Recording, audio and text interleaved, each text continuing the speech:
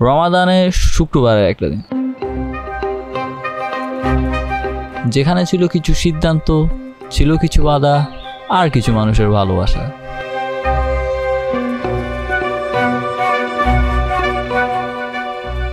Normally আমরা ছুটির দিনগুলোতে বিভিন্ন ধরনের অ্যাক্টিভিটিস করে থাকি, কিন্তু আজকে সেটা চাইলে সম্ভব না, কারণ আমরা চাই না আমরা এমন কিছু করি যেটাতে আমাদের রোজার ক্ষতি হয়।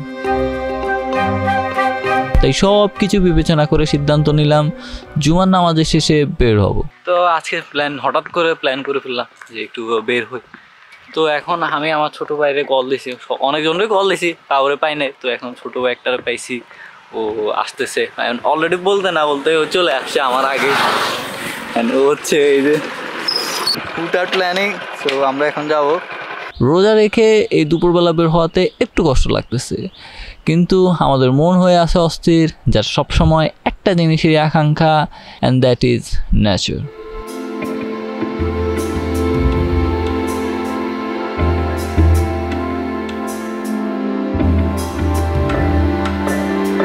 তো রাইট নাও আমরা এখন একটা জায়গা আসছি, যদি এখন আসর আজান দেয় নাই তো চলে আসি একটা জায়গায়, যেটা নাম হচ্ছে গুচ্ছনা। এখানকার অবভিয়াসলি আমরা আমাদের আশেপাশে একটা জিনিসে পাই, সবসময় নদী একটা পাই, অ্যান্ড এই জিনিসটা আসলে অনেক উঁচু, প্ল্যানিং ছাড়া, কোনো প্ল্যান নাই, কিছু নাই, আসবেন। এটা একটা অন্যরকম একটা এক্সপিরিয়েন্স, যেটা পার্সোনালি আমার থেকে খুব বেশি ভালো লাগে, যে এই বিষয়গুলো হুটহাট করে আসতেছেন করতেছেন। এখানে একটা জিনিস বিষয়টা আমার ভালো লাগতেছে, এই যে এই গাছগুলো না, এগুলো এখান থেকে একটা ভিউটা অনেকটা কাইন্ড অফ সেন্ট মার্টিনের মতো ফিল পাওয়া যায়, আর নদীর পানিও মোটামুটি ব্লুইস্ট দেখা যাইতেছে। নদীর সাথে ভেসে চলছে স্রোত, আর সেই স্রোতের সাথে ভেসে যাচ্ছে আমাদের সব ক্লান্তি আর কষ্ট। প্রকৃতির এই সৌন্দর্য দেখতে দেখতে মন হয়ে পড়ে আরো বেকুল, যার চাহিদা সব সময় বাড়তেই থাকে। তাই এই নদীর সৌন্দর্যকে আরো ভালোভাবে উপভোগ করার জন্য আমরা সিদ্ধান্ত নিলাম যে মুসাপুর যাব। এখন আসর আজান দিয়ে দিছে, এখন আমরা নামাজ পড়বো। রাস্তার পাশে একটা অনেক ছোটখাটো একটা মসজিদ, আমি যদি দেখাই, এই যে অনেক ছোট্ট একটা মসজিদ এটা।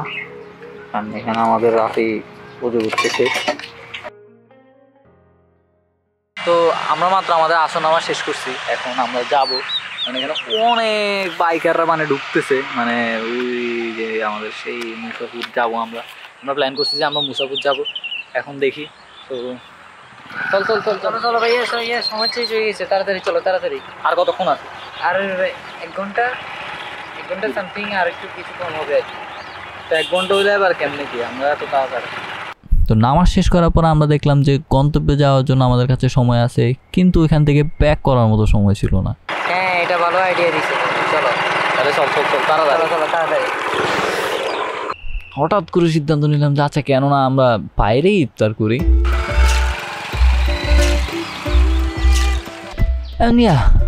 যেমন সিদ্ধান্ত তেমনই কাজ, আমরা তাড়াতাড়ি বের হয়ে পড়ি, যেহেতু আমাদের কোনো প্ল্যানিং ছিল না।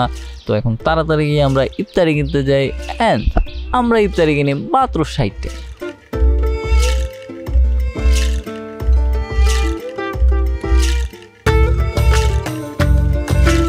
সো আমরা হুটহাট করে প্ল্যান করে ফেললাম যে আমরা ইফতারি এখানে করবো। সো আমরা মানে খুবই সময় কম ছিল, দ্যাটস ওয়াই আমরা ইফতারি নিয়েই আমরা একটা জায়গায় চলে আসছি।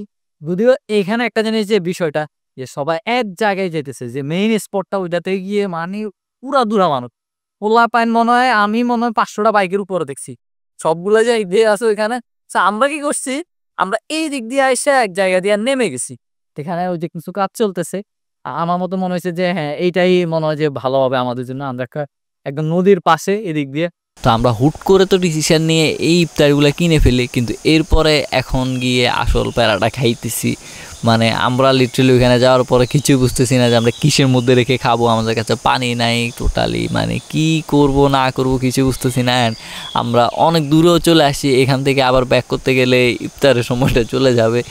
কি করব পরে আমরা দেখতে না দেখতে আমরা পিছনে লক্ষ্য করলাম যে একটা কলা গাছ ছিল। পরে মাথায় আসছে যে হ্যাঁ কলা গাছ তো নেওয়া যায়, এখন কলা গাছের পাতা নেওয়া যায়, যেটার মধ্যে আমরা খাওয়া রেখে খাইতে পারো।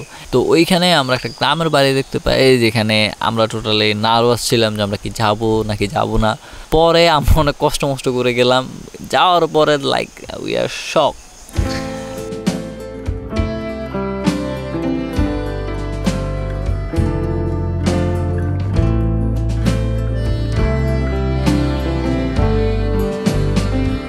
মানে এটা আমি টোটালি আমরা আশাই করি নাই ভাই, কী জন্য বের হয়েছি, কী হইতেছে কিছুই বুঝতেছি না।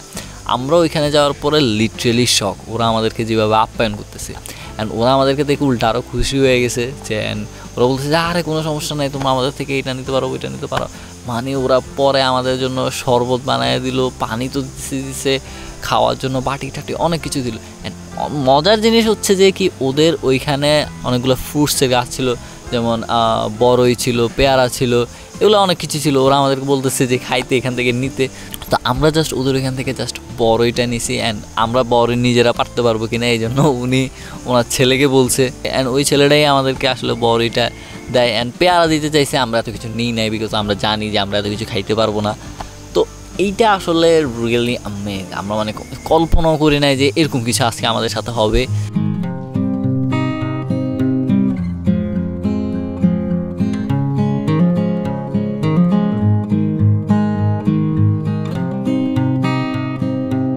সত্যি বলতে সবার মতো আমিও অনেক জায়গায় ইফতারিতে অ্যাটেন্ড হয়ে, লাইক অফিসের কলিগের সাথে, বড় ভাইদের সাথে, বন্ধুদের সাথে, এভাবে অনেকের সাথে আমি ইফতার আয়োজনে অ্যাটেন্ড হই, কিন্তু সেগুলোতে ততটা শান্তি পাই নাই যতটা আজকে শান্তি পাইছি।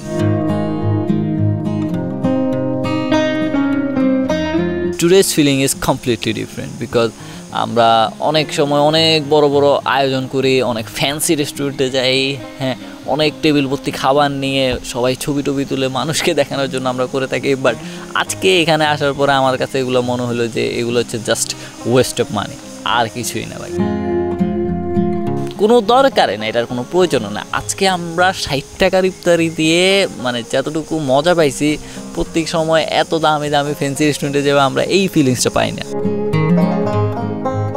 সো অলওয়েজ রিমেম্বার, প্রকৃতিতেই মনের প্রশান্তি। So thank you so much, thanks for watching. আসলে আমি এই ভিডিওটা বানাইছিলাম আই গেস 4th রমজানের সময়। এখন 28 রমজান চলতেছে, আমার রমজান শেষ হয়ে যেতেছে, বাট আমি ভিডিও আপলোড দিতে পারতেছি না, মানে খুবই প্যারার মধ্যে আছি, কাজ অনেক পুরা। ভিডিও যদি ভালো লাগে জানাইতে পারো। Thank you so much, thank you, by.